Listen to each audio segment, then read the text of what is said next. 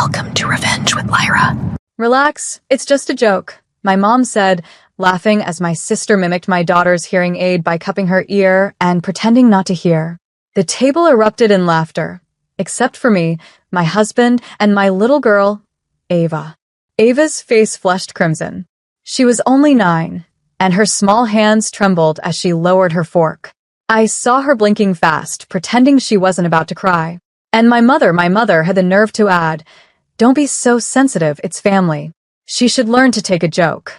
That was the moment I felt something in me snap. But before I could speak, before I could even find words, my husband Ethan slowly pushed his chair back. The sound was soft, but it carried the weight of thunder. He stood up, calm, controlled, terrifyingly quiet. Everyone turned to him, expecting another round of awkward laughter. Instead, Ethan pointed to the door. "Out," he said simply. The laughter died instantly. "Ethan, it's family dinner," my sister stammered. He didn't raise his voice. He didn't explain. He just repeated, "Out. You mock my daughter in her own home. You lose the right to sit at her table." Even I was frozen. He wasn't angry, he was done. My mother's jaw tightened, but she stood. My sister scoffed, grabbed her purse. 5 minutes later, they were gone, and I thought that was the end. It wasn't. That night, after the door closed, silence filled the house, the kind that hums with leftover pain. Ava quietly slipped into her room. Ethan followed her, knelt beside her bed, and said softly, "You never have to laugh when someone hurts you. Not even family." I stood in the hallway, hand on the wall, my throat thick with guilt. I'd stayed quiet again. It wasn't the first time my mother and sister mocked Ava. Last Christmas, they called her the fragile one. On New Year's, my sister had joked, "At least she can't hear your bad parenting." I'd told myself it was better not to fight, better to keep the peace. But peace had never been their goal. They wanted submission dressed as harmony. When I walked into our bedroom later, Ethan was sitting on the edge of the bed, scrolling through his phone. His jaw was tight. "They don't get to do this again," he said. I hesitated. "They're my family, Ethan." He looked up, eyes sharp, voice low. "And Ava is ours." That single sentence pierced straight through me. He turned his phone screen toward me, an email draft to our lawyer. Subject line, "Termination of property agreement." I frowned. "What is that?" He said quietly, "Tomorrow morning, they'll find out who really owns that house they've been living in rent-free." My heart stopped. I couldn't sleep that night. Ethan lay beside me, calm as stone, while my mind spiraled between shock and disbelief. "That's too much," I whispered into the dark. "It'll destroy them." He turned his head slightly, his voice steady. "They already destroyed something, Maya, your spirit." That hit deep. Because he was right. I'd spent years trying to win my family's approval, bringing gifts, hosting dinners, pretending their insults were just words. When they mocked my marriage, I stayed quiet. When they mocked my daughter, I smiled through tears. Every time I chose silence, they grew louder. By morning, Ethan was already dressed. He kissed Ava's forehead, told her he was going to work, and left. I thought maybe he'd calm down. Maybe he wouldn't actually send that email. But when my phone buzzed at 8:15 a.m., the subject line said it all. "Transfer executed." Panic flooded my chest. I called him. He didn't answer. An hour later, my mother called instead, her voice sharp enough to cut glass. "Maya, what is this nonsense? The landlord says you own this property? Is this some kind of joke?" I didn't reply. Then my sister's voice in the background, loud, panicked. "She's lying. She can't." Ethan's second email arrived while I listened to them yell. It was a single line. "Ownership transferred back to your name this morning. Let's see how funny they find that." By noon, chaos had erupted. My phone wouldn't stop buzzing, missed calls, furious texts, voicemails full of shouting. My mother's voice trembled between anger and disbelief. "Maya, you're ruining your own family. How could you let that man take our house?" Our house. The phrase made my blood boil. For 10 years, Ethan and I had quietly paid the mortgage on that house, the one my parents managed after retirement. We let them live there rent-free. It was our way of saying thank you. They never once said thank you back.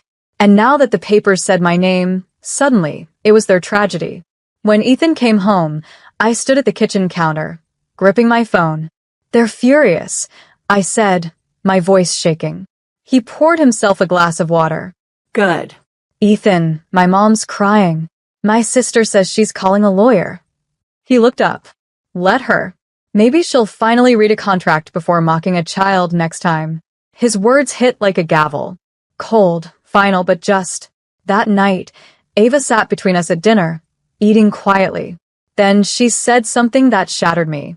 "Mom, I heard Grandma say I was broken." I froze. Ethan reached across the table and held her hand. "You're not broken," he said softly. "You're stronger than all of them combined." Ava smiled for the first time in days. And I finally began to understand what real strength looked like. The next morning, there was a loud knock on the door. When I opened it, my sister, Claire, stood there, still in her silk robe, hair messy, eyes swollen from crying. "You think you're better than us now?" she snapped. "You let your husband humiliate Mom in front of everyone." I didn't flinch. "You humiliated my daughter." She scoffed. "Oh, come on, Maya. It was a joke. Kids need thicker skin." I stepped closer, my voice sharp but calm. "You don't joke about a child's disability. You just don't." Claire's eyes darted away for the first time, but pride wouldn't let her stop. "So what? You're cutting us off now? We're family." "Family doesn't make a little girl feel less than human," I said. "Family protects. And you failed." Her expression faltered. For a second, she looked almost ashamed. But then her phone buzzed. She glanced down, her color drained. "What's wrong?" I asked, even though I already knew. She looked up at me, her voice trembling. "Mom just got the letter, eviction notice. The house, it's in your name. You actually did it." I didn't smile. I didn't gloat. I just said, "Actions have consequences." She whispered, "You'll regret this." I stepped back, closing the door between us. "No, Claire," I said quietly. "For once in my life, I won't." The latch clicked. Silence. And for the first time, that silence felt like peace. That evening, my phone buzzed again. This time, it wasn't shouting. It was my father. His voice was low, almost weary. "Maya, you've made your point. Bring the house back under my name. We'll apologize to Ava, all right?" I closed my eyes. "Dad, you don't understand. It's not about the house anymore." He sighed. "You've always been too emotional. You let that husband of yours control you. Enough." My voice cut through his sentence like glass. "Ethan didn't do this. I did. I told him to." There was silence on the line. Then his tone changed, sharp, almost mocking. "You think power makes you strong? You're still that little girl desperate for approval." I smiled sadly. "Not anymore." He hung up. Later that night, I sat with Ava while Ethan washed the dishes. She leaned against me and whispered, "Mom, are Grandma and Aunt Claire still mad?" "Maybe," I said softly. "But sometimes, when people lose control of you, they call it anger." She nodded slowly, thoughtful. "I like it better when it's just us." Her words melted me. I brushed her hair back and kissed her forehead. Out the window, I could see the faint lights of the house across town, their house. The one that wasn't really theirs anymore. Ethan came to sit beside me, took my hand, and said quietly, "Tomorrow, they'll understand what peace feels like, the hard way." By morning, the whole city seemed to know. Word spread fast in our small circle that the perfect family who bragged about their lake house was being evicted from one they didn't even own. Mom's best friend texted me privately. "She's embarrassed, Maya. She's telling people you forged the deed." I didn't reply. I didn't need to. At noon, a moving truck showed up in front of their house. I hadn't sent it. The bank had. The new owners, a quiet retired couple, were taking possession. Mom called one last time, screaming through tears. "Maya, please. They're taking everything. What kind of daughter does this?" I stared out the window, watching sunlight flicker across the walls of the home I built with my own hands, the one no one had ever helped me buy. "The kind of daughter who finally grew up," I said, and ended the call. That evening, I found Ethan in the backyard, playing catch with Ava. He tossed the ball gently, smiling as she laughed. I realized I hadn't heard that laugh in months. As the sun dipped below the trees, Ethan looked at me. "You okay?" "I am," I whispered. "For the first time, I really am." He nodded toward the horizon. "They had their power for years. Now you have peace. Don't confuse the two."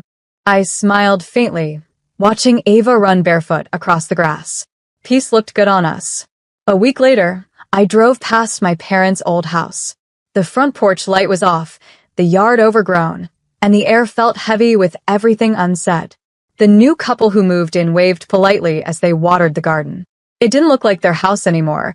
It looked like a chapter finally closed. I parked for a minute and stared at the gate where I used to stand as a teenager, begging my mother to notice me, to say she was proud. She never did. And now, I didn't need her to. Back home, Ethan was brewing coffee. Ava was at the table sketching flowers, her hearing aid gleaming softly under the light. She looked up, smiling. "Mom, can we bake cookies for my class tomorrow?"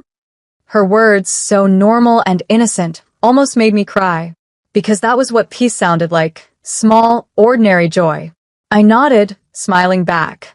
"Of course we can, sweetheart." When Ethan handed me a mug, he asked quietly, "Would you ever forgive them?"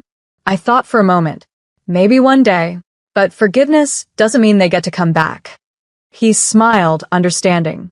That night, as I tucked Ava into bed, she whispered, "Mom, thank you for protecting me." Tears pricked my eyes. "Always," I said softly. "That's my job." I turned off the lights, walked out, and for the first time in years, closed the door without looking back.